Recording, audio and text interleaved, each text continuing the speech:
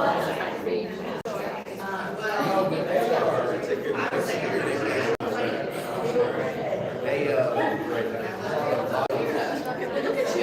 don't do any more pictures, so we can take pictures of people's faces. And everything, so they need a big.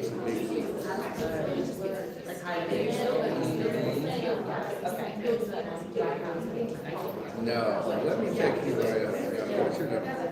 All right, we get started, everybody. Thank you, everyone, for your time. Early morning, rain in December, and we're still making our way. So another reason I love Columbus, no excuses. Excited for the conversation here. My name is Cyrus Richardson. I'm the event coordinator for Columbus Young Professionals. Been here for a little over a year, so love working with everyone, reaching out to the panelists, and love the support out here. So I will pass it off to Aditi. She can introduce the panelists. So thank you all. Thank you, Cyrus. Good morning, everyone. Thanks again for making it despite the conditions that we faced this morning. We appreciate you all being here. This is our last Coffee with a Cause for 2025. My name is Aditi Bhatia. I'm the founder of Diversity 614, which is a nonprofit formerly known as Passport to Fashion. I'm also a business operations consultant at The Ohio State University. And this panel, Celebrating Community Impact in 2025, is a great way to wrap up the wonderful work that our panelists are going to talk about, that their businesses and nonprofits and that they've been doing this year. So I'm going to start with panelist introductions. If you could tell us your name and the organization that you're with. Good morning, my name is Linkenhoker, and I am the Executive Director of the Worthington Resource Pantry. Good morning, greetings everybody. I'm Vernae Taylor. I'm an award-winning international bestselling author, speaker, coach, and multifaceted artist. I am the founder and visionary of the Lip Lounge, better known as Life is Poetry movement, and I'm so happy.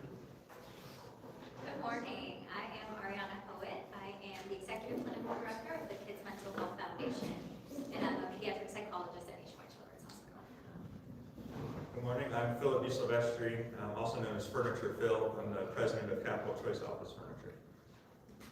Good morning, I'm Amy Holihan. I'm the Deputy Director of Music Columbus, also known as the Columbus Music Commission. Thank you so much, and again, thanks for being here. Let's get started by understanding what it is that you all do at your organizations, and one thing that you are super excited about being is in Holihan. And we'll start with Amy. Okay, so Music Columbus has been around almost 10 years. Through the pandemic, we've had a little bit of interesting pivoting we've had to do to serve our musicians during shutdown. But we are here to support musicians making a business out of their work and support venues in the city and do advocacy so that the city, county, and state understand the value of music to our city. And so that is the essence of what we're doing. And what was the second part of that question? Sorry, I lost track of that. What was one thing, or what is one thing you're excited about, either with your organization or about what's going on in Ohio? Yes, so we did an economic impact study this year about the impact of music, and we bring $1.3 billion to Columbus as a music community. And so that's pretty significant, and I don't think people necessarily realize that, especially our city officials. And it's so important that we get that message out there so they can understand how to invest better into our musicians and those that are working in the industry. And so I'm just really excited to continue to share that message and make sure that we can get that dollar amount, more of that funnel down into our working musicians' pockets. And how we can do that, we have lots of programs that we do and lots of collaborations that we're working on in the next year. So excited to do that here in Columbus. Very cool. So I'm the president of Capital Choice Office Furniture, so a lot of my day is connecting. So I work with different organizations, different partners, strategic partners, and look at different ways to connect opportunities to different organizations we work with. We primarily work with small to mid-sized growing companies and organizations. So whether that's connecting a nonprofit with furniture that's being liquidated from a large corporate to supplying affordable furniture to a growing startup. We operate in pretty much all those facets. We're doing a community health center right now for Lower Lakes. We work with the Columbus Urban League Academy for Urban Scholars. So most of my days is just working with my team and working with our partners to create those connections, which goes into what I'm really excited for, is that there is no shortage of people that are excited to collaborate and just get involved in the city. Everything from the leaders to the organizations. I'm part of One Columbus, which is part of Jobs Ohio. Just a lot of the economic development that you see, the collaboration is just next to none. We have people moving to Columbus that are saying there's not really any other city in the whole nation that has that level of collaboration. And then also it's nice to travel around here too. Like, it doesn't take hours to get places. You can get most places in 20 to 30 minutes. So I heard people talking about this morning, and that's also important to highlight. Well, I don't know how many people know this, but in Columbus, we are truly the leads in children's mental health. The Behavioral Health Pavilion and our whole behavioral service line is the largest provider of pediatric mental health in the country.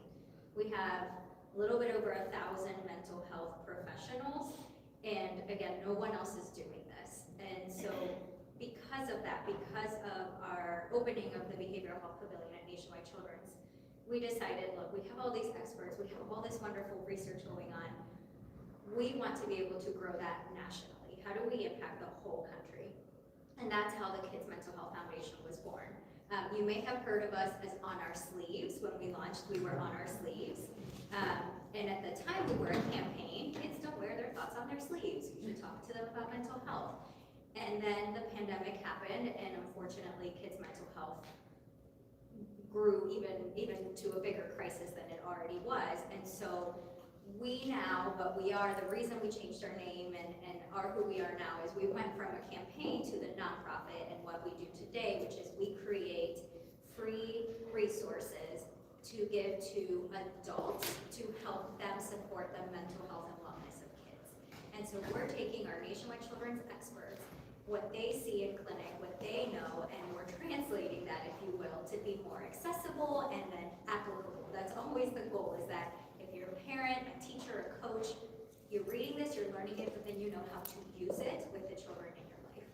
And it's really upstream. So think about how we tell kids, eat your veggies, move your bodies, get enough sleep for your physical health. Adults don't know what those daily habits are for mental health. And so that's what we teach. What are those daily things to grow in kids, to develop in kids, so that they are mentally healthy as they grow? I love that. Again, I'm Vernae Taylor, the founder and visionary of the Lip Lounge, better known as Life is Poetry. And it's a movement, it's a coaching program for artists. As a former professional performing artist, I am assisting them in using their life experiences to create a beautiful expression. I do one-on-one coaching, I do that also through workshops and showcases, and giving them a platform to really share their gifts. And I find that my gifts came out of some of the hardest parts in my life, but none of it goes untapped, none of it goes wasted. So I am really excited about Central Ohio. I'm a New Jersey native. I've been here since 2021, ahead of the pandemic. I came over here and people were like, why Columbus? And we'll get to that later. But for me, I've just been so excited about the warm embrace. The creative and entrepreneurial community is so tight. I am happy to say that I'm the third time grant recipient from Greater Columbus Arts Council. They've been amazing. I just had a chance to meet the CEO and the new CEO recently at the Lincoln Theater. So it was just a beautiful experience to see how people come together and collaborate like CYP. So thank you again. Again, my name's Nick Linkenhoker. I'm with the Worthington Resource Pantry. We are a food pantry and resource center that serves 8 zip codes in northern Franklin and southern Delaware County, about 125 square miles of service area. This year has been a pretty transformative year for our organization. We just this summer completed a move into our new pantry location. We moved from about 5,500 square feet to over 12,000 square feet in a space that's nice and wide open, tall ceilings, that looks like a grocery store. And that's been kind of our mission for the last, since the pandemic, was we recognized that folks needed the ability to shop to shop at a food pantry that feels like a grocery store, that feels like somewhere that anyone else would shop. And so when you walk into our pantry, you're gonna see shelves that literally we got from a grocery store. Food on the shelf is laid out like it would be at any other retailer. And folks walk through with a shopping cart without a volunteer standing right next to them, telling them what they can and cannot have. And they take the items off the shelf that their families are able to use. We focus heavily on whole ingredients, so things like rice and pasta and unflavored beans. But we also have the Pringles and the mac and cheese and all those good things, the cookies and candies. We're also very heavily invested in fresh fruits and vegetables, fresh dairy, eggs, meat, bakery. So we want folks to come in and shop like they would at a grocery store. Obviously the last few months have been pretty challenging in the food space. We are still coming out of that a little bit. A lot of folks have come and shopped with us for the first time recently, and now they've come and shopped with us and they realize, actually this is kind of nice. And they keep shopping with us, which is great. We absolutely want that. But those growing pains are something we're living with. We're up about 30% year over year in the number of families that we're serving. I think something I am excited about though for Central Ohio is the collaboration in the food space. So we work very closely with the Ohio Food Collective, very closely with our other suburban food pantries. Each of us can kind of tailor our programs to the communities that we serve, but as a network of food pantries, we're really able to make sure that every family in our service area, in the Central Ohio community, has access to the food that their families need to sustain themselves and to be able to launch themselves. So they're not. You cannot do anything else if you're hungry. You can't focus on work, you can't focus on school, you can't do anything else if all you're worried about is where your meals can be. So as a network, I think I'm really excited for that. And I think to the investment from the city and county over the last few months has been really phenomenal as well. We're excited to see that. Thank you for sharing. It's always energizing on these panels and most of the events that we do through the CYP to understand how many nonprofits there are in our area and how diverse their work is and the different ways that they're impacting our community. I'd really like to dial down on something that Vernae said during her introduction where she talked about her journey. And I'd love to learn about each one of your journeys, how it got you to the positions you're in and the organizations that you're in. And then we'll start with Amy again. Amy. Sure. So I'm originally from Dayton, Ohio, but my first career was as a ballet dancer. So I lived on the East Coast for quite a while, dancing in Philadelphia and New York. And when I retired at the right age of 26, I said, oh my God, what do I do now? And I was, having a dance career was very challenging in lots of ways, especially just making a living and feeling like I was valued and respected and involved in decisions that were directly affecting us as artists. And so I decided to start working in arts organizations and with artists with the main goal of trying to help artists make a better living and organizations to function in a better way that they truly value the artist as the primary source of inspiration, creativity, and income, because a lot of them don't recognize that either. And so did a lot of work at various organizations in design and music and visual arts. And then during the pandemic, realized I wanted to maybe further study the art of management of this type of nonprofit arts organizations and work in the policy world as well. So I actually moved to Columbus to go to grad school at Ohio State. Got my master's in arts policy And then started working immediately with Music Columbus. And it was really one-person shop, and they were trying to figure out how to make an impact, how to design programs, how to raise funding. And I have experience in development, so I was able to come on immediately and start bringing in grant funding. And then from there, the need kept evolving, and I started helping develop programming and working directly with the musicians. And so was able to build right into a full-time position when I graduated from my master's program, and I've been with them for 5 years now. And yeah, been just building out programs. We now have 6 core programs that we do, as well as advocacy research and general connection with national organizations such as the National Independent Venue Alliance and the Association of Music Offices, all to make sure that we're bringing best practices here to Central Ohio to support our music community. So my role, I went to school for like computer science and entrepreneurship, and I actually started working at Kroger, where I originally, so similar to like the food industry. So I originally wanted to work between the C-suite and software and be that like communication device. But I got a phone call the winter of my senior year saying, hey, we have a key position leaving at the Capital Choice Office Furniture, and the phone call was from my dad who runs the place.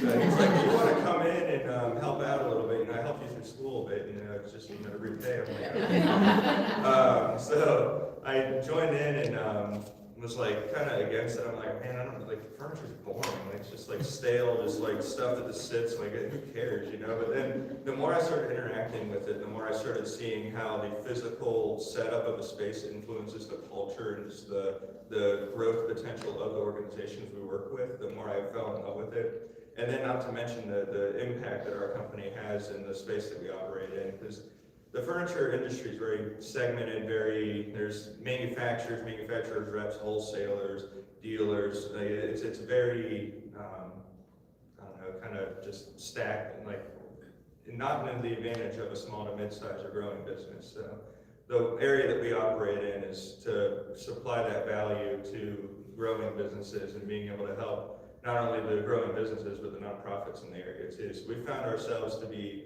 in a spot, not by like choice or the design, but just by the value that we provide and just what my dad had built in the company, just to be able to operate as if we're in the organization that we're working with to help with that. So it's just, it's really cool to see. We're 20 years old this year and have had the business model for that. So yeah, I theoretically started when I was 5, so.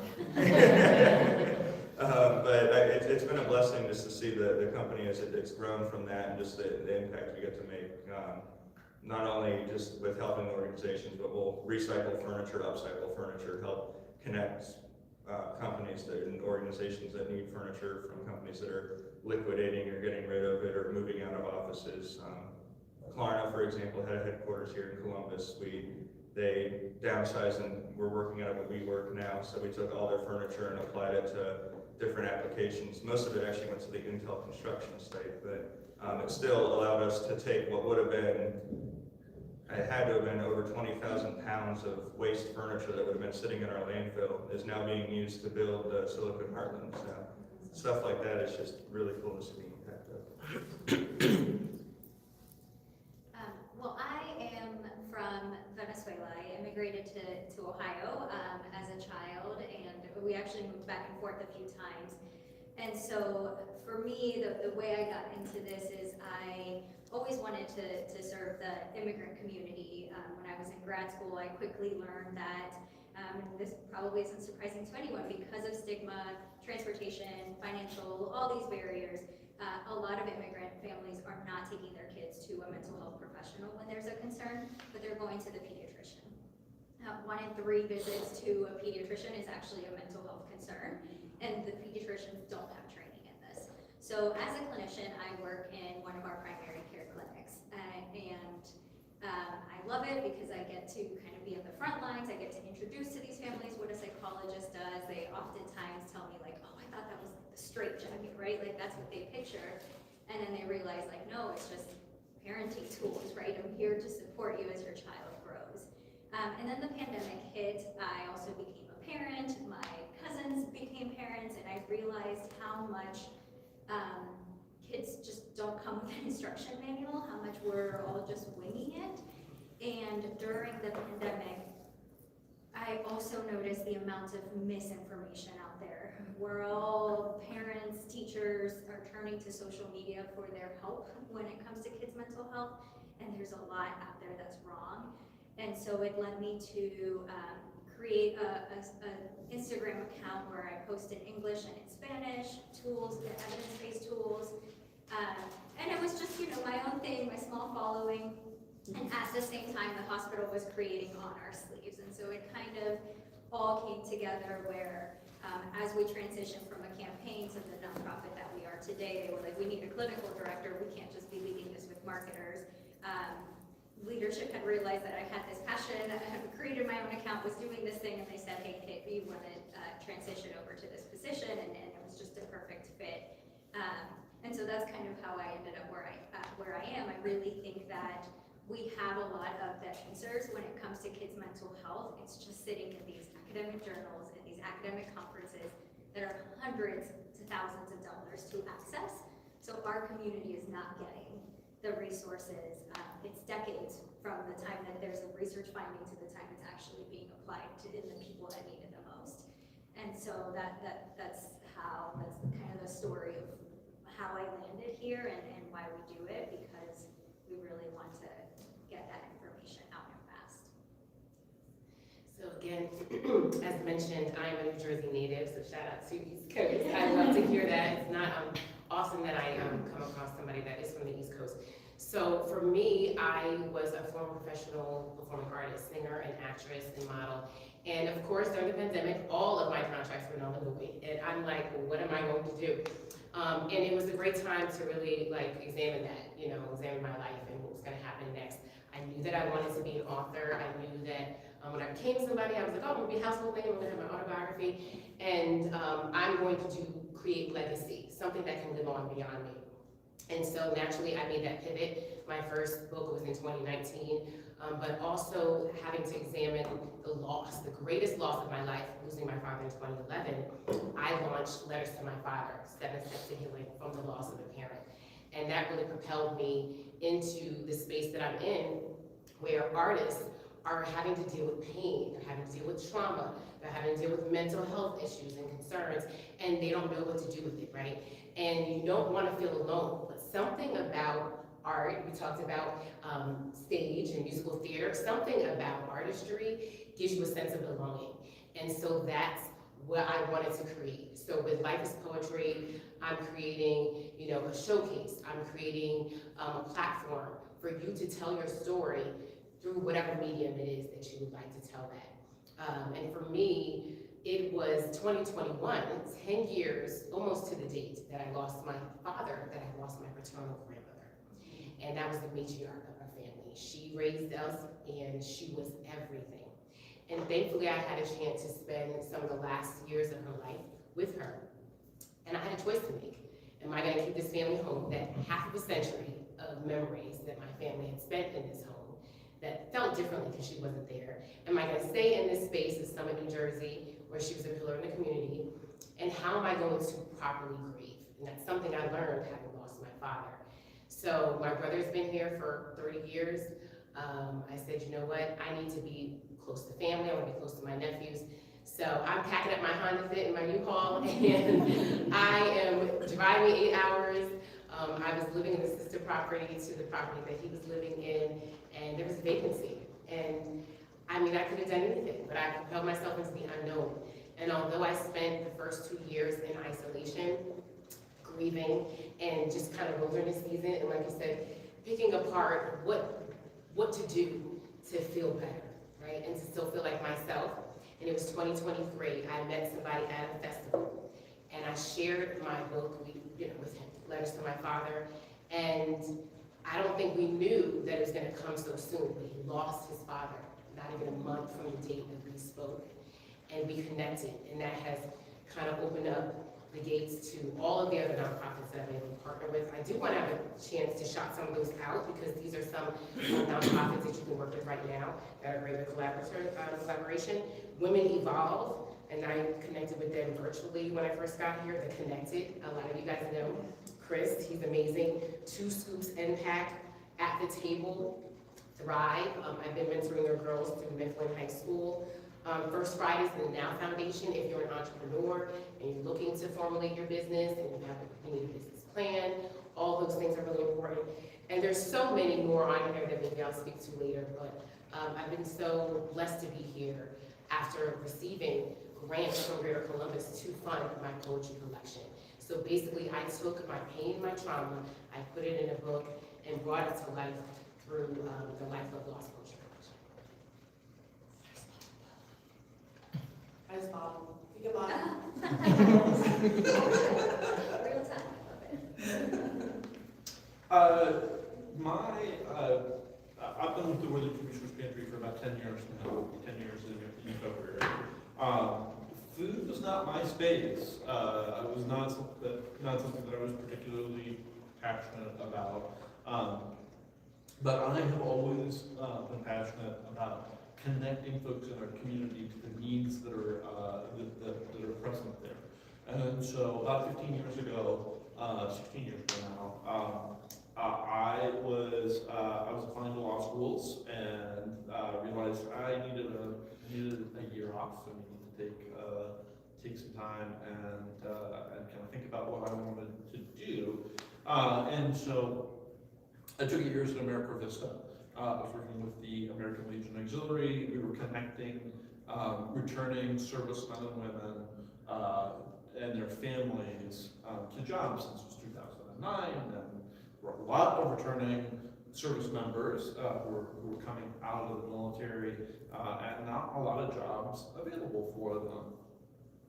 And I started working with this group of women from the American Legion Auxiliary, many of whom were the spouses of Vietnam veterans who had come back in the early 70s and also experienced the loss of jobs in their community, a lack of empathy for the experiences that they had had overseas. People blamed them for a war that they were only nominally involved in the politics of.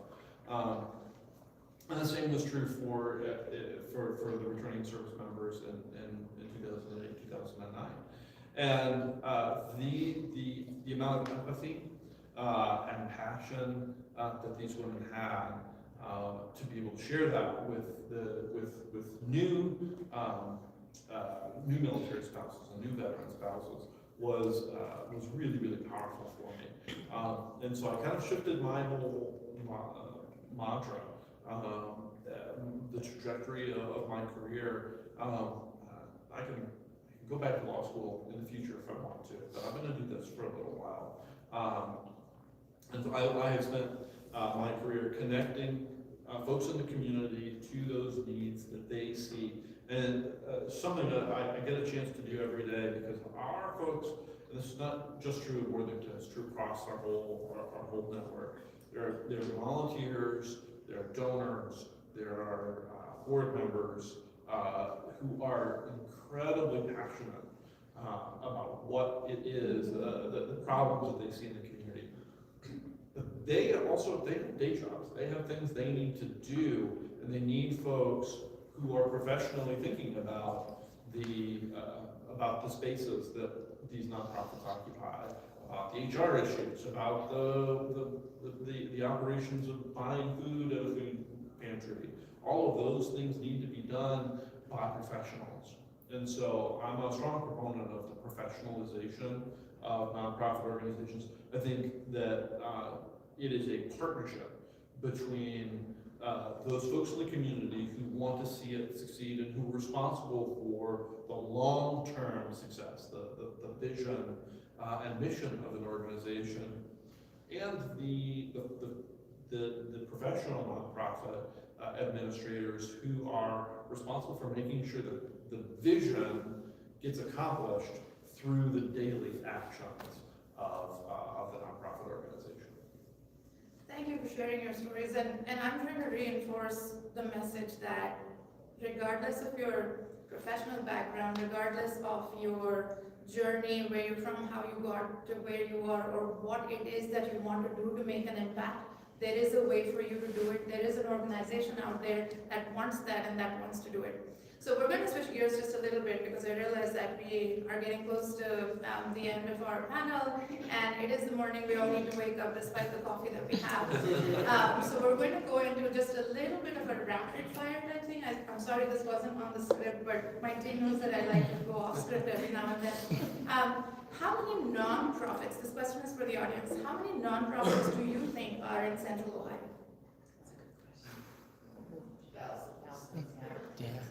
There are over 17,000 nonprofits in Central Ohio alone, and I have the source, the site to site, it's on my phone.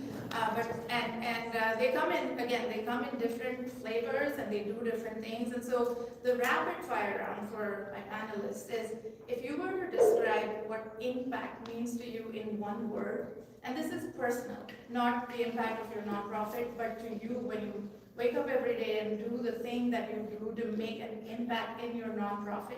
This is not metrics, this is not numbers, this isn't that one word. If I were to ask you what impact means to you, what would you say? And can we start with Nick this time? I know as he's speaking. I'm gonna cheat, and I'm gonna use 3 words, get it done. I love that. Okay, 3 is fine. I know, I love that. I did come up with one, and then maybe I'll explain it. Transcendent. So it needs to be transferable. You can find it anywhere. You can reach anybody, anywhere, in any way. So transcendent would be my word. I think for me, and I mentioned this already, what drives me, my word would be accessibility. Mine start, so much impact, so many ideas just exist in your head. And you think like, oh, it'd be nice if I did start, do it, show up. I like all those. Mine would be rippling. I think if you do one piece of impact, it has a tremendous rippling effect to everyone that person or thing touches.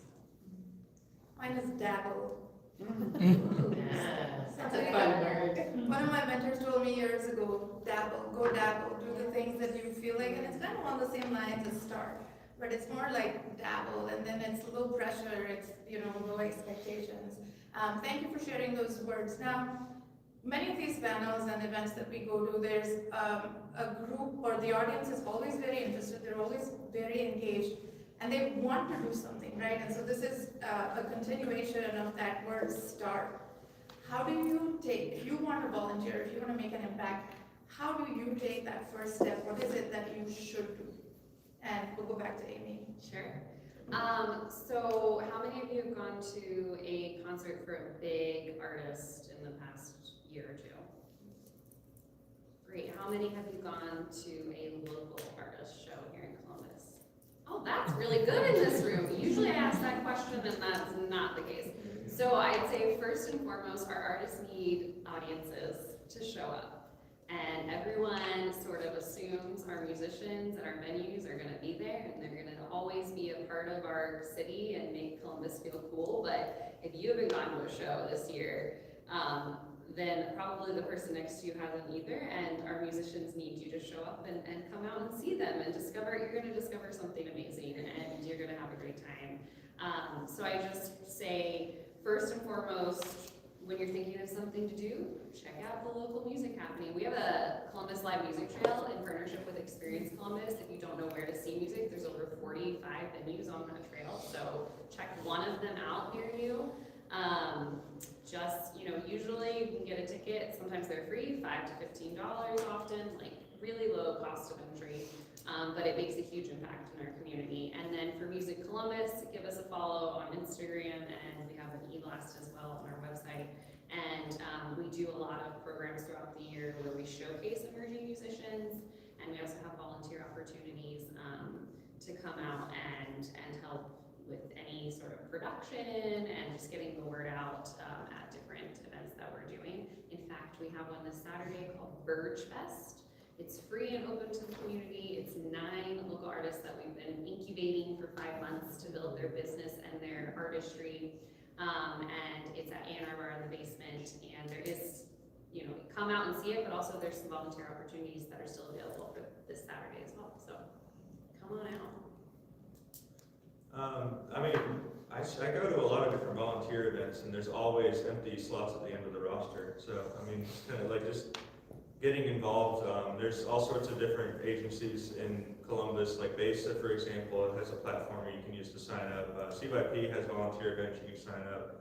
Habitat for Humanity has all sorts of volunteer signups. Every organization up here has volunteer signups, I guarantee you. And then specifically for furniture, if you guys have any nonprofits that you know that are growing and are looking to have affordable interiors, but something that still fits with their culture, the way they want their space to look, let me know. Also, if there's places that you know that are moving out or something where they're going to have leftover furniture that's going to be thrown to the landfill, let me know about that too, because I have connections to be able to see if there's a fit for that within the community. So specifically on the commercial interior side, if either of those situations exist, I can give anyone my contact info. For us, you know, our resources are free, so we just want to build awareness. We have an e-community where we send out our newest tool, so you'll get a weekly email from us with the newest resource. So sign up for that, share with your friends, family members. We're also on social media because, like I said, that's where people are going to get their resources, so follow us. We do a 5K every year to fundraise. We partner with the Columbus Crew, so it's a lot of fun. It's family friendly. I take my kids every year, so I walk it. You don't have to be a runner. Definitely be on the lookout. Right now, the date tentative is May 9th because May is Mental Health Month. So we just had it in October this past year, so it's going to be a quick turnaround, but be on the lookout for our 5K information. And then we do have volunteer signups for that 5K, so you can be a walker, a runner, or you can help us with the event. And then, of course, we're a nonprofit, so we're always fundraising. You can have your own fundraiser, you can donate directly. It is the holiday season. We have a little store online where you can get Kids Mental Health Foundation merchandise. We have conversation starter cards if you want to give it to a parent in your life. So, yeah, just spread the word that we exist and volunteer if you're interested. Yes, I would just second everything that they said. Really connect and showing up, like Furniture Phil said. I love that plug. So yeah, you showed up today, so we're connecting now. So you see us here, definitely follow us on social media at Vernae Taylor. And yes, absolutely. This is the first installment of the Life of Lost Poetry Collection that GCAC, Veterans Greater Columbus Arts Council, did fund. You know, and a lot of my pain and trauma in life is in this book. But some of the organizations that I mentioned, definitely try to connect with them. The Connected does networking things like this all the time. Find the things that you love on social media, and they don't have to know, right? I know LinkedIn, they know when you're looking. But if you, oh, not always? Okay. There's a setting. Okay. I need to find that setting, right? But if you're on other social media, Facebook, Instagram, where it's not so intimidating, go and poke around and follow, engage, comment under people's things, DM them and say, and just introduce yourself. And even with this networking thing, after you build that introduction and that initial rapport, say, oh, let's do a coffee chat. There's somebody I met here at CYP at the last one, who's a singer, Tanya, shout out to her. And she says, oh, are you ready to do our coffee chat? So follow up with those people. Like I said, the Connected, Women Evolve, King Arts Center, Dick and Jane Project, Wave. There are so many. Also open mics. Like you said, to the artists, Life is Poetry is about artistry. It's about putting your heart on your sleeve, right? Putting your feelings out there. But open mics are not just about singing and music and poetry or spoken word or lyricism. Sometimes it's just about getting on the mic and sharing. And when you share, oh my goodness, it gives power for other people to share, just to know that you had that courage. So you guys are doing it because you're in the room. So thank you for showing up for us. I think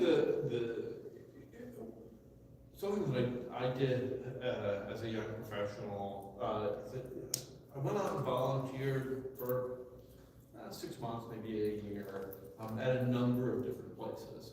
And then I found the things that I enjoy doing and the people that I enjoy doing those things with, or things that I was passionate about.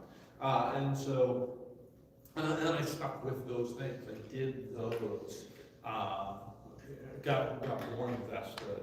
And so, certainly, I'm going to be an advocate for the Worthington Resource Pantry and for food pantries in our community, but I know that that's not necessarily going to be a passion for everyone. But I think that there's value in experiencing a lot of different opportunities. But once you find the one that speaks to you, that impacts you, focus on that. Go all in on those couple of organizations, because that's where you can. I think personally, it provides an opportunity for you to grow a community of like-minded folks to you, but also it means you get an opportunity to learn a lot more about what those organizations are doing, about what that group is focused on, than you would in a 2.5 hour volunteer opportunity that you do once a year.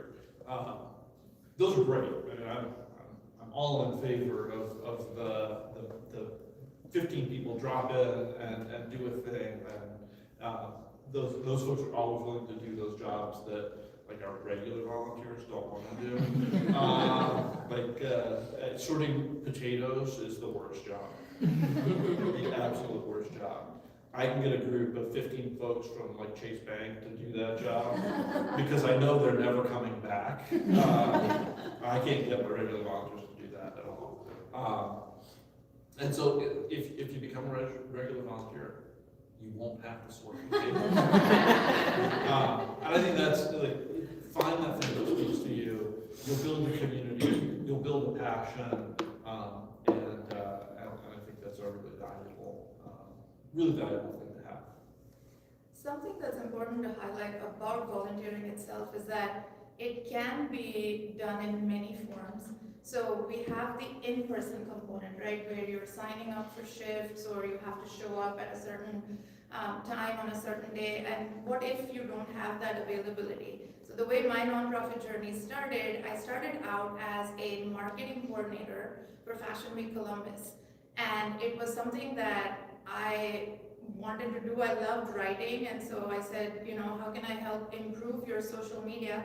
At the time I had a young child, so it was very hard to, go to places, but I was able to volunteer for them from my own home. And especially now in 2025, so much of everything has become remote, and there's so many things that can be done virtually. So when we think about volunteering, we want to start thinking about, it's a lot more than, just like you were saying, it's a lot more than the showing up, because sometimes that can be a barrier to whether you can do it or not. I do think that with that we have to wrap up the panel. I'm really, really grateful for our panelists for their time and insights. We may have time for a couple questions from the audience if there's any.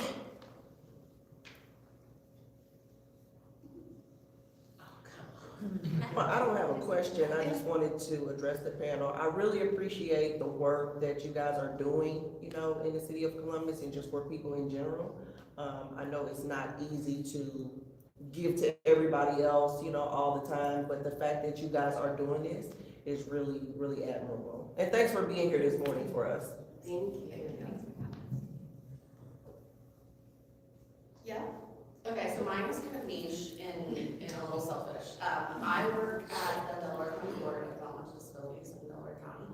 And so when I come to these panels and when I hear from the wide range of wonderful folks that sit on them, I am always thinking of like accessibility and inclusion. I know your work is accessibility, which is wonderful. So I'm wondering like what that looks like in your space.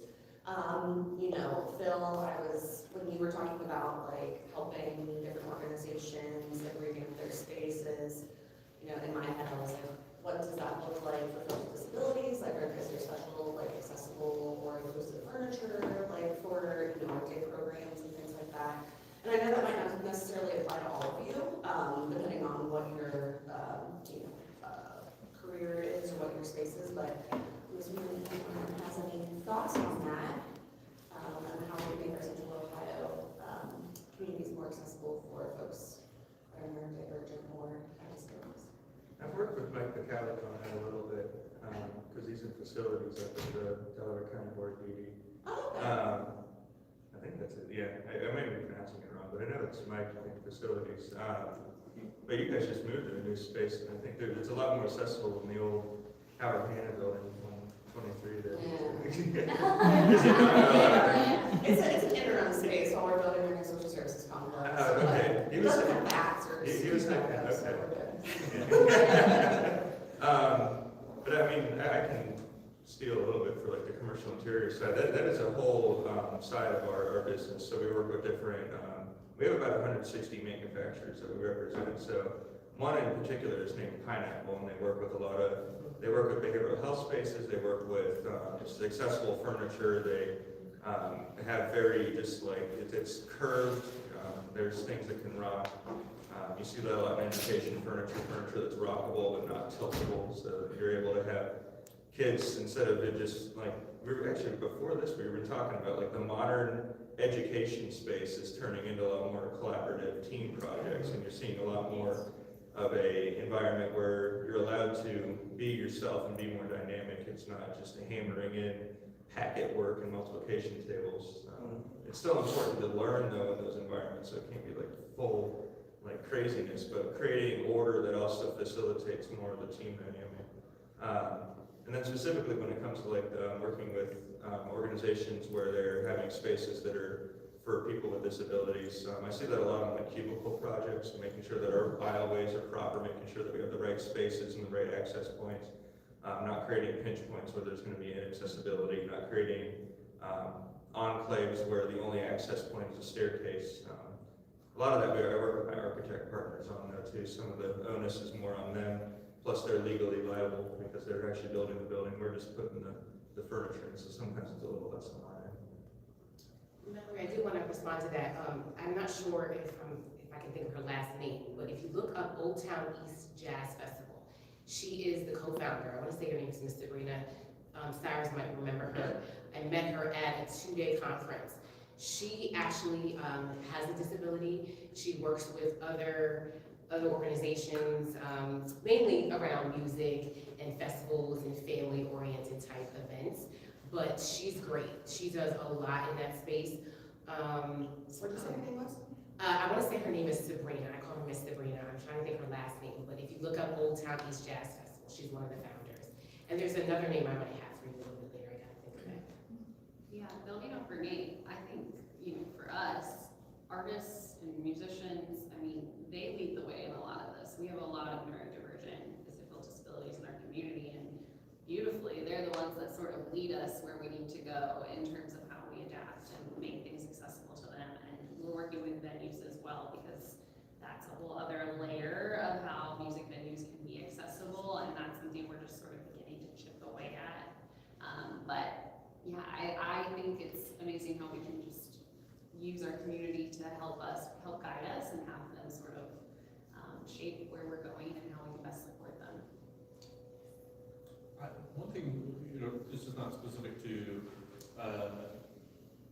neurodivergent individuals, but kind of across the spectrum, from a service model for us, we want to make sure that folks can shop at the pace that they're comfortable shopping.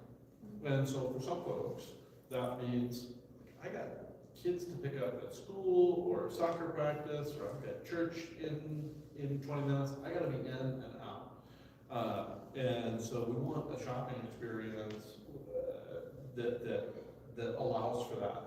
Other folks want to look at every ingredient. They want to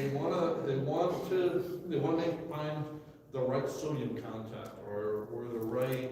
They want to make sure that they're not choosing something that they're allergic to, or that it's going to be a healthier for them. They can shop. They can take as much time as they want to shop, and that way it's personal choice. It's the same way I shop when I go to the. I mean, I am a solid like in out. So I'm not going to talk to anybody while I'm there when I'm at the grocery store. But when my parents retired, my mom, like, it's a 2-level process going to the grocery store.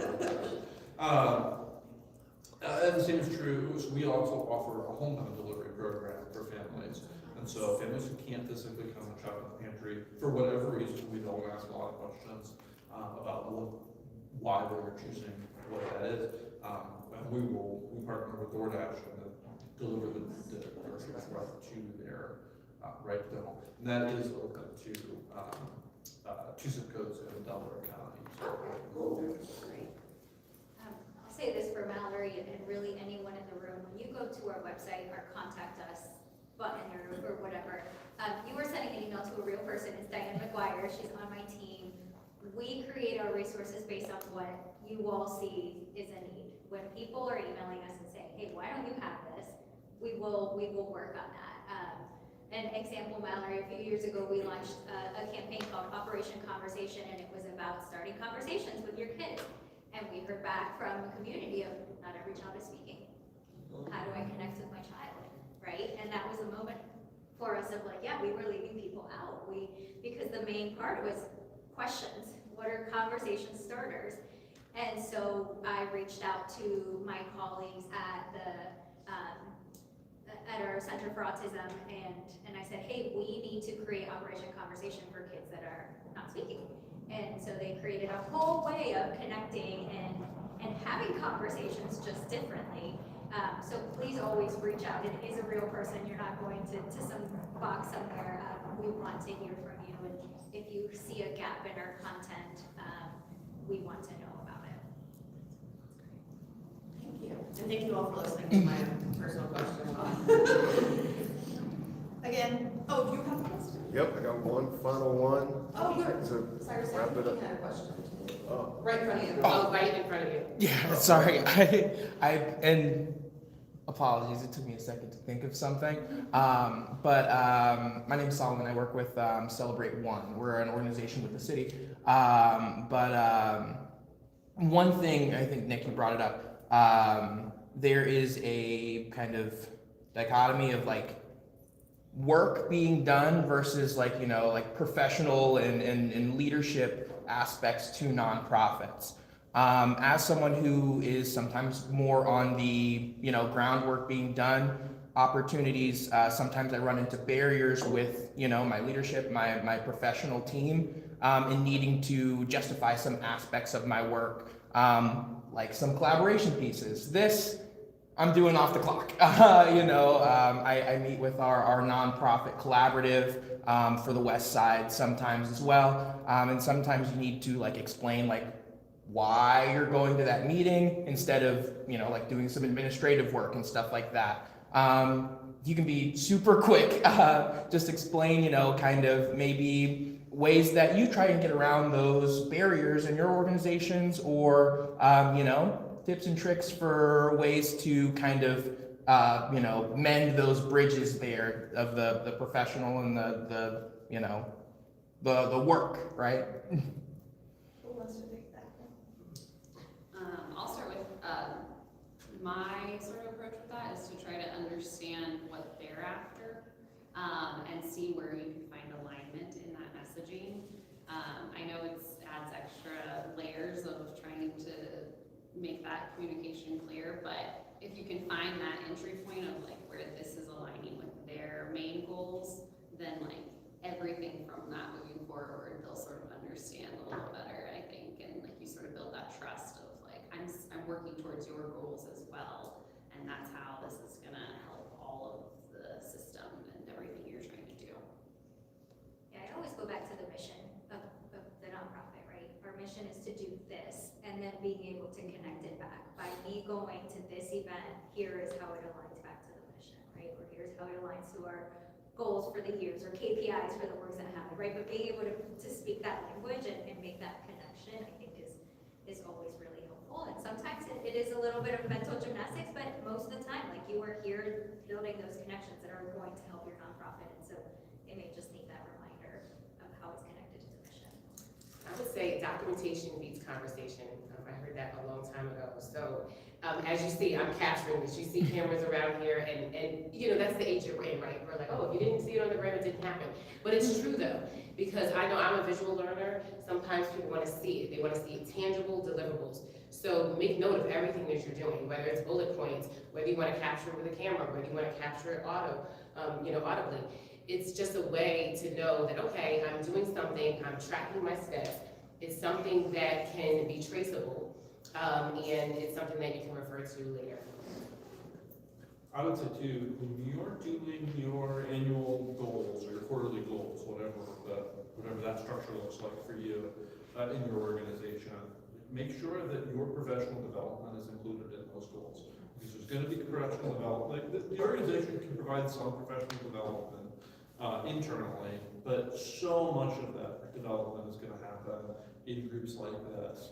And so, just if it ends up in those KPIs, then a manager is gonna, they have to invest in those KPIs. That's what they've been told to do. That's what their bosses are telling them to do. That's what their board is telling them to do. So make sure that those kind of things are built into your goals as well. Yeah, last question, make it quick. Love asking this question, and it's for everyone. We can make it fast, but compared to other cities, what is our competitive advantage here in Columbus? And then what is our disadvantage? What do we need to work on compared to other cities? What are we lacking? So those two things real quick. Okay, I'll start with the advantage of the artist, because I can tell you right now, as an artist and as a creative, right, you take a thing, it's like in the atmosphere, it's just like, it's the air, and you take it and you actually materialize it and you make it whole, and then you package it and you ship it out to someone else. So here in Columbus, I've never seen it coming from the tri-state area where it's overly saturated, with everybody's trying to get it. Everybody's kind of like stumbling over each other just to get to the goal. Here, we partner, we lock arms, we have conversations, we ask questions. We're constantly, tabling different conversations and discussions, and then we follow up and follow through. So that is the advantage, because I think I saw it on a t-shirt. The artist is going to allow us to survive or help us to survive, and that's how we were getting through the pandemic, because we're doing it virtually. The artist was creating, and we were still putting out that art, and it was healing, and that's why I said transcendent for me when it comes to nonprofits. The disadvantage, I find that Columbus just hasn't gotten its just due. I don't feel like Columbus has gotten the credit, and I will say I slept on Columbus in the Midwest because you guys pump your own gas, and I don't in Jersey. But I'm telling you, Columbus has been amazing to me, and I absolutely love going on 5 years. So the disadvantage is it hasn't gotten its credit. And I'm going to jump on that because I think our advantage is we have amazing talent. Ohio State brings great talent, our hospitals bring great talent. We have, as you all know, so many businesses that people don't know are here, right? We just had the Abercrombie and Fitch Impact Challenge that they do for mental health nonprofits, and people were like, why is this in Columbus, right? People don't know. We have so many large businesses that bring really big talent, and yesterday we had visitors from Atlanta, and so that's why I want to jump on what you said, and I've heard this from so many people that visit us, is that they call it the Midwest humble, or being like too humble. We don't brag on ourselves. People, yes, think like Midwest, Ohio, whatever, they don't think about us, but a part of it is we're not bragging, we're not like showing up, like we are amazing here, we don't talk about it, people don't know what we have. So I think we just have to be more like confident in ourselves. Yes. And we're great here in Columbus. I would say our benefit is how many industries we have representing here. We're growing in pretty much every industry that exists in the city. And all those industries cross-collaborate. I go to events and there's people working in, nuclear fission, and there's people working in, like gas station, like building a gas station. It's crazy the difference that you see. I would say the struggle that comes with that is making sure we utilize our resources and grow our baseline resources properly, whether that be housing, energy, things like that. We may stretch a little bit more than what is comfortable, so figuring out how to responsibly and properly build out those resources to be the foundation for the growth in those industries. Yeah, That's so true. We have such a diverse sectors breakdown of what's here in Columbus, but that also, building on all of this, means that our identity is kind of foggy and fuzzy, and we get kind of underestimated, right? So it's like our benefit is also somewhat a little bit of a weakness. But I mean, I'm going to jump also on the artists and the creativity and the talent. I mean, we have tremendous talent and collaboration. It's just that this piece of us sort of like underestimating ourselves, staying quiet about it. It's like, let's not be quiet anymore. Let's scream it from the rooftops. Maybe from Cleveland. Cleveland, you go to Cleveland, I'm from rural Northern Ohio, but Cleveland was the nearest big city. You go to Cleveland and everyone is from a neighborhood in Cleveland. And you're from that neighborhood, and your parents were from that neighborhood, your great-grandparents, all your aunts and uncles still live there. Cleveland, I love Cleveland. It's a fun community, but it is a community of people who have lived in the same neighborhood on the same street for 100 years. Columbus is a community of movers. Like think about the street that I live on, and there are only of the 12 houses on our street, only 2 of those houses are people who were born in Columbus. Besides our kids. So, I mean, Columbus is a community where people have moved in, people have chosen to live here, not because their parents or grandparents lived here. They chose this community, and I think that is an incredible asset. I think the challenge we're going to run into, we didn't talk a lot about this today, but if we want more people to choose Columbus, we need more housing. We need somewhere for people to live. We need places that are affordable. We need places that are in communities where folks can get connected. If we don't talk more, obviously, a greater thing than this panel discussion, but I think that's going to be our biggest challenge over the next 2 decades. Where are all these people who want to live here going to live? That's why we also need to vote. Midterm is primary election. But is our education system going to be able to support all of that additional growth of the children coming in, which is a concern. I think, Columbus City Schools just announced that they're closing 3 of their schools. Where are these kids going to go? How is that happening in such a wonderful city? Yeah, it's definitely a crisis. I work with ESCCO as well as an educator, been an educator for 20 years. And it's a shortage. So when my teachers showed up and they're like, all right, I'm done. I quit. Because there's not even enough bodies in the classroom to even manage the kids, let alone the special needs that we have. So again, the artists, the creatives, we're gonna have to get really innovative about what we do and how we teach, because it's not going to look like traditional sense that we know of in the classroom, with our number 2 pencil. It's going to look very different. And so we're in this room, and we're going to have to be the ones to really define it. Now, thank you, everyone. It's always a good sign when the panelists are talking and when the audience is engaged, so I'm not mad about going over our designated time. But thank you once again for being with us this morning and sharing your journey and your insights, and thank you all for being here. Have a wonderful holiday season and a happy new year. See you all in 2026.